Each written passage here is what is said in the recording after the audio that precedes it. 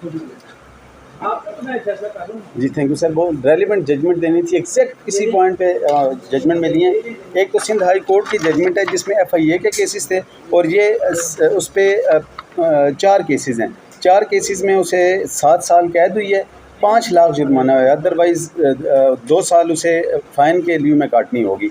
अब इसमें honourable high court Sindh ने तमाम में कंकरेंट फरमा दिया और तमाम में कंकरेंट फरमाने के साथ साथ ऑनरेबल सिंध हाई कोर्ट में इसमें जो 2001 SCMR 84 और इसके साथ दूसरा प्रॉपरली इसी चीज़ को एलेबोरेट किया जिसमें सेक्शन 35 CRPC और सेक्शन 397 CRPC को डिफ़ाइन किया और डिफ़ाइन करने के बाद उन्होंने जो ऑर्डर फरमाया वो सिर्फ मैं करता the sentences awarded in lieu of fine on each count in 3 cases referred here in above in paragraph number 1 and 4 are also ordered to run concurrently. It is however made clear that after completing the substantive sentence of 7 years by each appellant they shall undergo the sentence of 2 years awarded in lieu of fine. यानी वो तमाम cases में ये उन्होंने ये कह दिया। अब इसी में 2013 PCRL ये 652 है जिसमें डिफ़ाइन किया कि सेपरेट क्राइम्स होंगे, सेपरेट FIRs होंगी